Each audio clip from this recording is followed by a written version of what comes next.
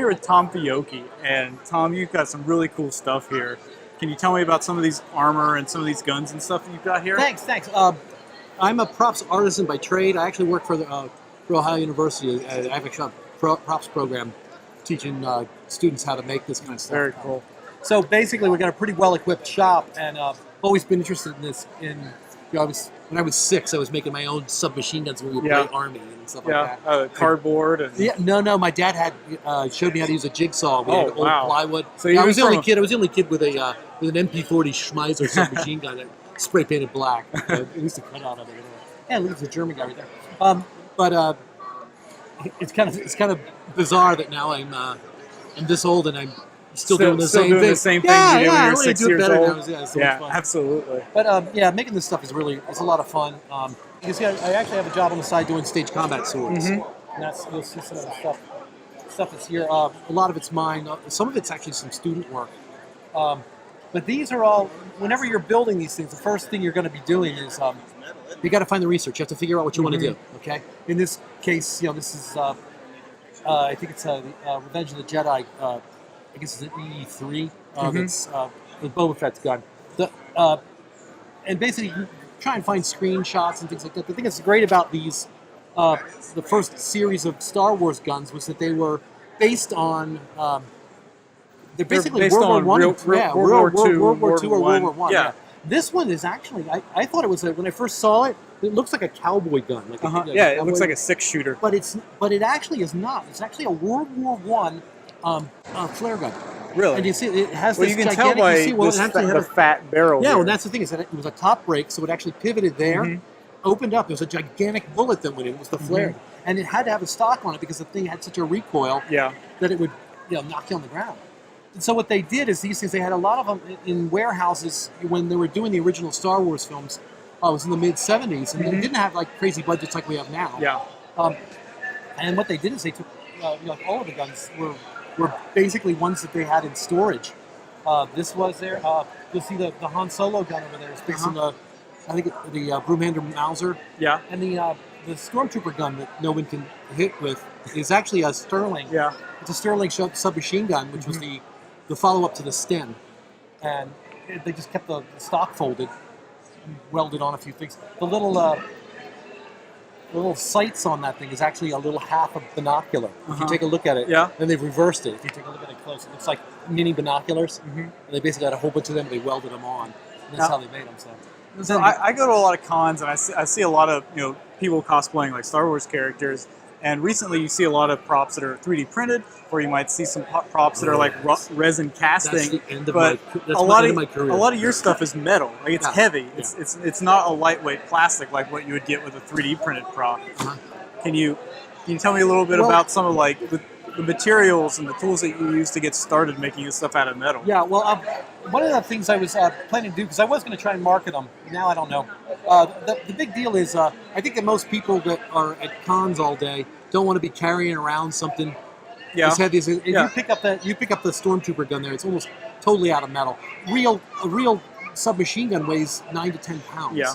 And carrying that around all day is kind of like it gets pretty tiring. Yeah. So I don't know if people are going to be buying that, but usually what I'm doing is I'm trying to do a combination of two, because I want to be able to drop these on the ground and not have them break into pieces. Yeah.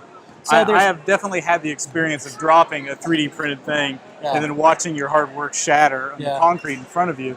But I mean, this is pretty hefty. Dropping this once or twice is not going to hurt it very much. Well, and this one too, if you take a look at this, this is actually a piece of, and you also have to choose the correct kind of lumber for it, because wood, you want it not to look like wood. So I'm using, this is hard maple here. It's actually, so that doesn't have a lot of grain in it.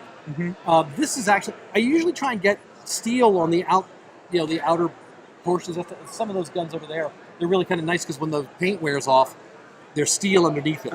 So it looks natural, weathers the way that it should. Yeah, but this one, I mean, that's a piece of pipe that's been cut, and I smashed it with a hammer.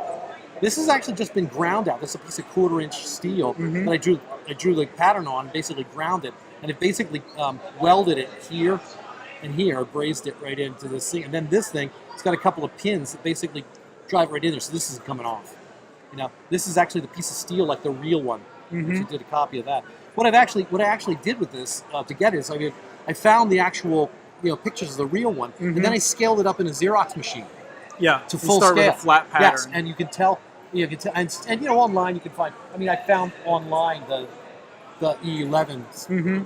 Yeah, it was beautiful. It's great. But you can also, because they're real guns. Yeah, I think that thing is 48 centimeters from you nose can to see tail, the and you can just blow it up. Yeah. It's really, really easy. You can just blow it up in a Xerox machine. Yeah.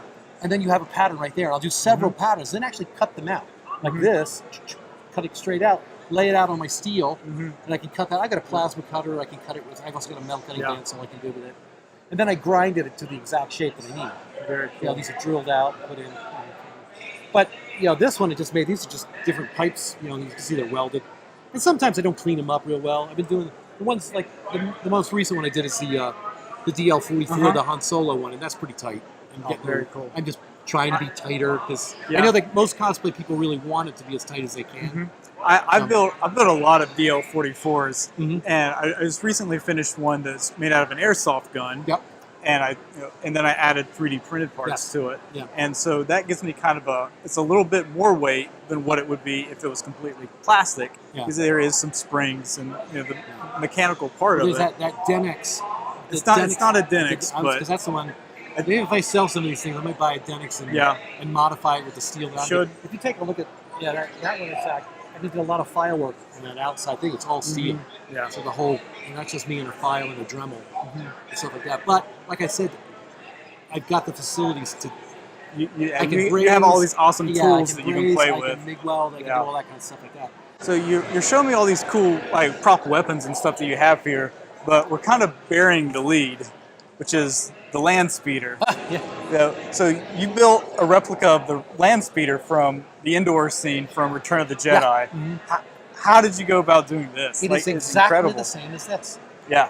First thing I had to do was go online and try and find some plans. And what was really hilarious about it is I found 3 different sets of plans. I actually have the model. Actually, this is probably closest to the model. Okay.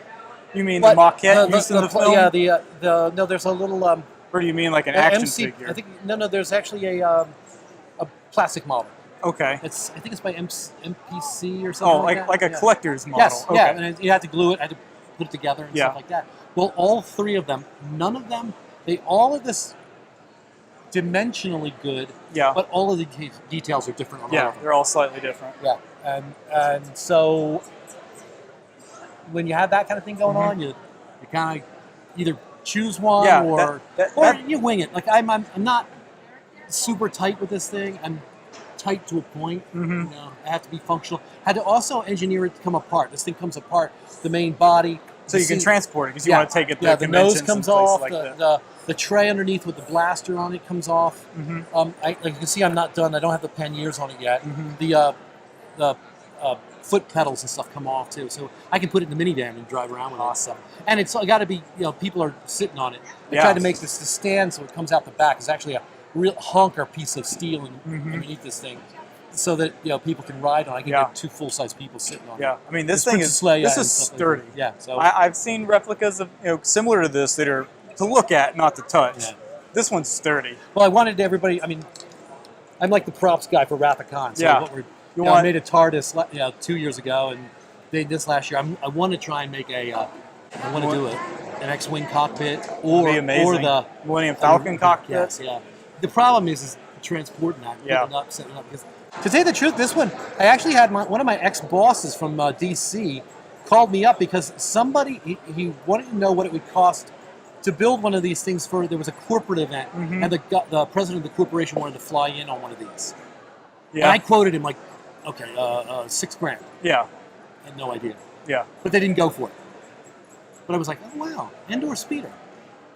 That's not too tough, Yeah. And it's actually the biggest deal. So as we started, we basically had to come up with how big it was, and I don't know where I got the dimensions, but I actually scaled up again my drawings that I found, scaled them up to 1-inch scale, and then just started to build. This thing is actually 2 pieces of plywood. You can see that there's a flat edge that way, and there's a flat edge up here that I'm sitting on right now. And basically, it started out with where I cut the shape with jigsaw, and then basically they attach together. Then it's blue foam. It's blue foam you can get at Lowe's. There's probably one sheet, maybe a little bit more. And I cut them and glued them all together. And then basically I've shaped them using rasp and files and stuff. And that's something we do. We do a lot in the theater. I mean, you know, we're doing sculptures and things like that. And basically just got it until it looked right. And then, you know, this is a piece of Luan on that. EVA, I'm not finished the seat yet. The seat gets another layer and then it gets all these, you know, slots and stuff in it. You can see these babies. I could have, next time I do this, these are going to be better. Yeah. But I couldn't make them as deep as the original because my plywood's going through the middle of it. I didn't think ahead. Yeah. And it was really hard to carve out. You know, you have to try and make it look like it was machined. So I can't be too organic with it. Right now you can see there's a crappy paint job on it because I was trying to, the original one I couldn't get the good brown. So last year when I painted, I just did like an Endor-esque camo on it. Yeah. And then today I was painting it and I was getting so many runs I was behind time. And so I got this funky camo on it now. Yeah. But next year it's going to look like the real thing. But awesome. Well, you and me have a mutual friend that has an awesome indoor Leia cosplay.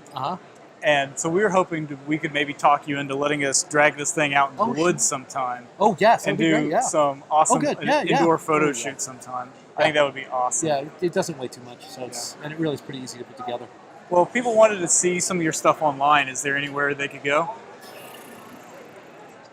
There will be. Right now, I've got my business, the Fiocchi Sword business. It's FIOCCHI SWO. How do you spell sword? SWORD. It's on Facebook. Awesome. And that's, you'll see my swords there. But I'm starting to post this stuff because I think I'm gonna, you know, I'll do custom for everybody. Like I'm actually right now I'm working on I've got a Jyn Erso blaster. I've also got a Chewbacca's big bowcaster. Oh, I made a bowcaster too. It's so that was going to be fun. And I've been hoping to make one of the big, maybe the Death Squad. The armor? No, well the gun. The armor. I know you don't like 3D printing, but I did 3D print one of those for a friend. Yeah. So if you want any 3D printing done, that's the way to do it. Really is. You know, for me. Actually, what I really want to make someday is I want to do a Republic Commando. Oh, it'd be very cool. Do a DC-817 there and stuff like that. So. But yeah, but I've got all my patterns. I just got to get on them. You know, awesome. It's just hard to find time during the year. And it's like I had like a week here to crank all this stuff out. You know, and it's like so. Awesome. Well, thank you so much for talking to me and letting me see all this cool stuff. Build on, prop on, pew pew, pew pew.